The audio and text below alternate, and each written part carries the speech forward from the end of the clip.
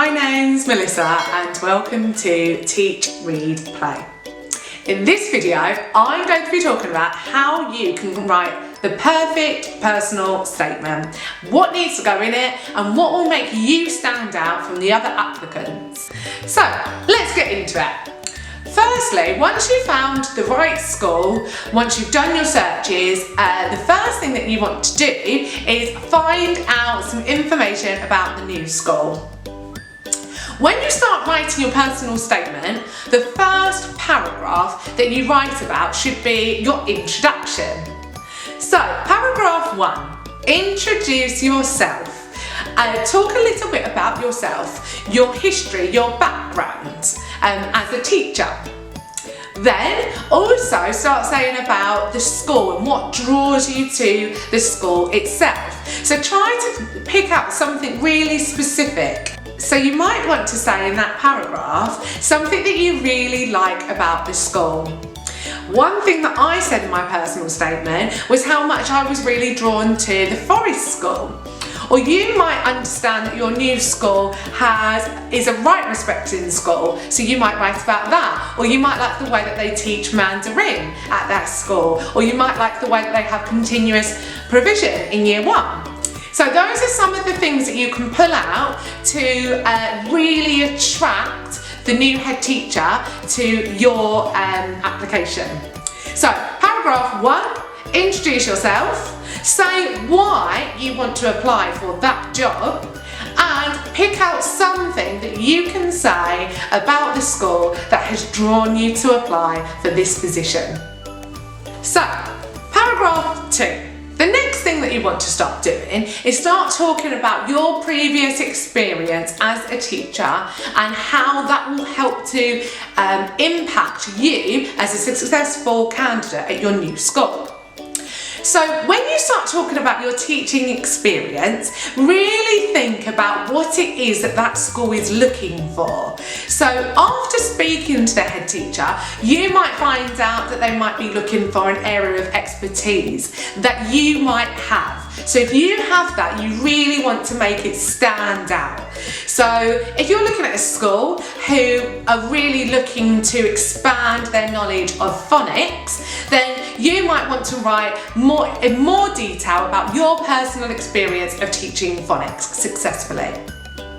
Now, in this paragraph 2, you're going to talk a little bit about the experiences that you've had as a teacher. So you might want to include how long you've been in teaching for.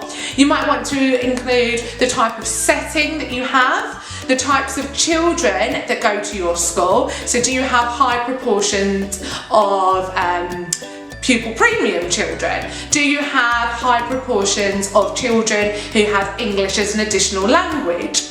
Have you had particular expertise of working with children with special educational needs? These are some of the things that you can talk about.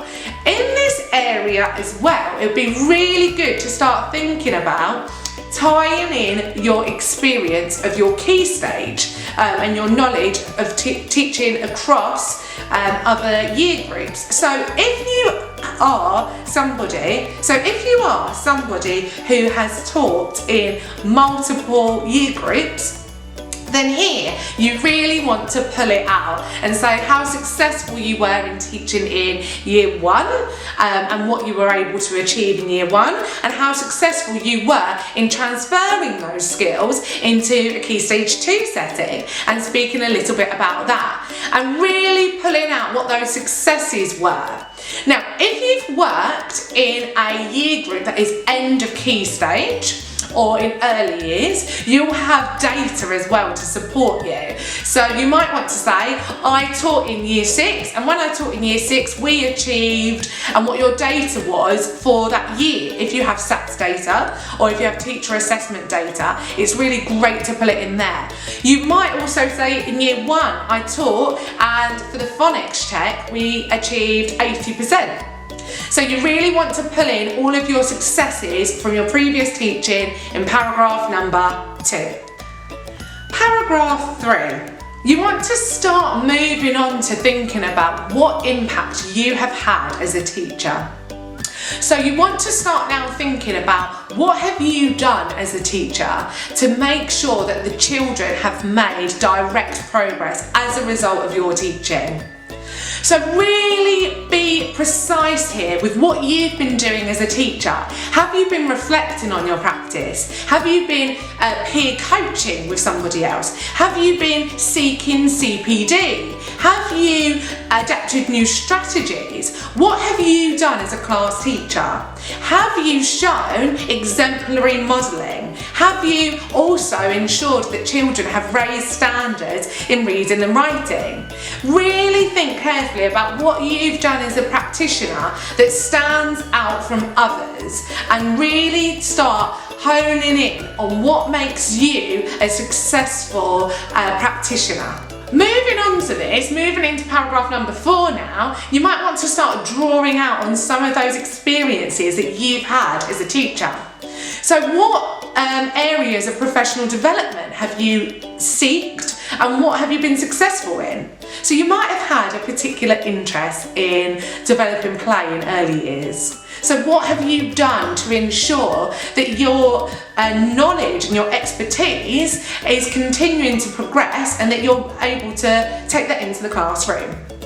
So you might have gone to a course, you might have gone on a conference to see Alison Bryce-Clegg. If you've done that, then talk about it. What was it that drew you to taking part into that CPD? Why did you have a particular interest? And then the key part is, what did you do with that? So you went away and you did that training. What was the direct impact in your classroom?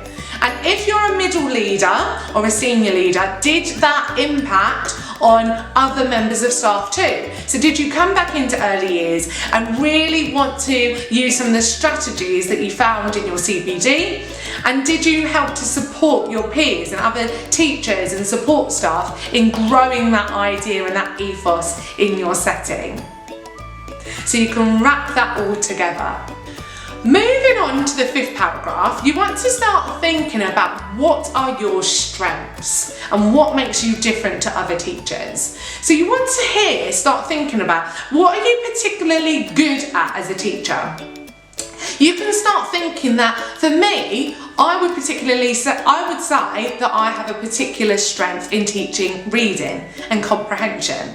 Therefore, I would write about my experience and my strengths of teaching reading and comprehension and my real passion about it. Now, when you write about your strengths and how you've developed as a teacher, they're more than likely to ask you one of these questions during the interview process. And when you are going through that interview process, it's great to draw back on your personal statement and say, well, in my personal statement, I was able to explore the way that I was able to make positive change on reading comprehension in Key Stage 2. Now, this will help to support your whole application. When you're moving into paragraph number 6, you want to start tying it all together. Bringing in all of your areas of expertise, all of your knowledge, and start bringing it together to say what you will do to be different and what positive impact you will have on the new school. Be confident, be brave, say, make direct quotes. I believe that I will be an asset to the school due to my strengths in teaching reading comprehension. Or, I understand that the school would be a benefit from having me as another team member to help support teacher well-being. Or, I understand your passion in promoting play in early years, and I will be the perfect person to be on board with drawing play into everyday provision. These are some of the statements that you want to make at the end of your personal statement to really show how you will be the perfect fit into that new school, and this will leave a lasting memory for the head teacher who is reading your application. So start drawing it all together, bringing in those positive statements that you will have to say that you will be the perfect fit. And those are just some pieces of advice to help you create a fantastic personal statement. Please remember to leave a comment, a question and a thumbs up below to help the video grow, and also to give me any ideas of any further support or videos that I can provide for you in the next sessions. Thank you. Bye bye.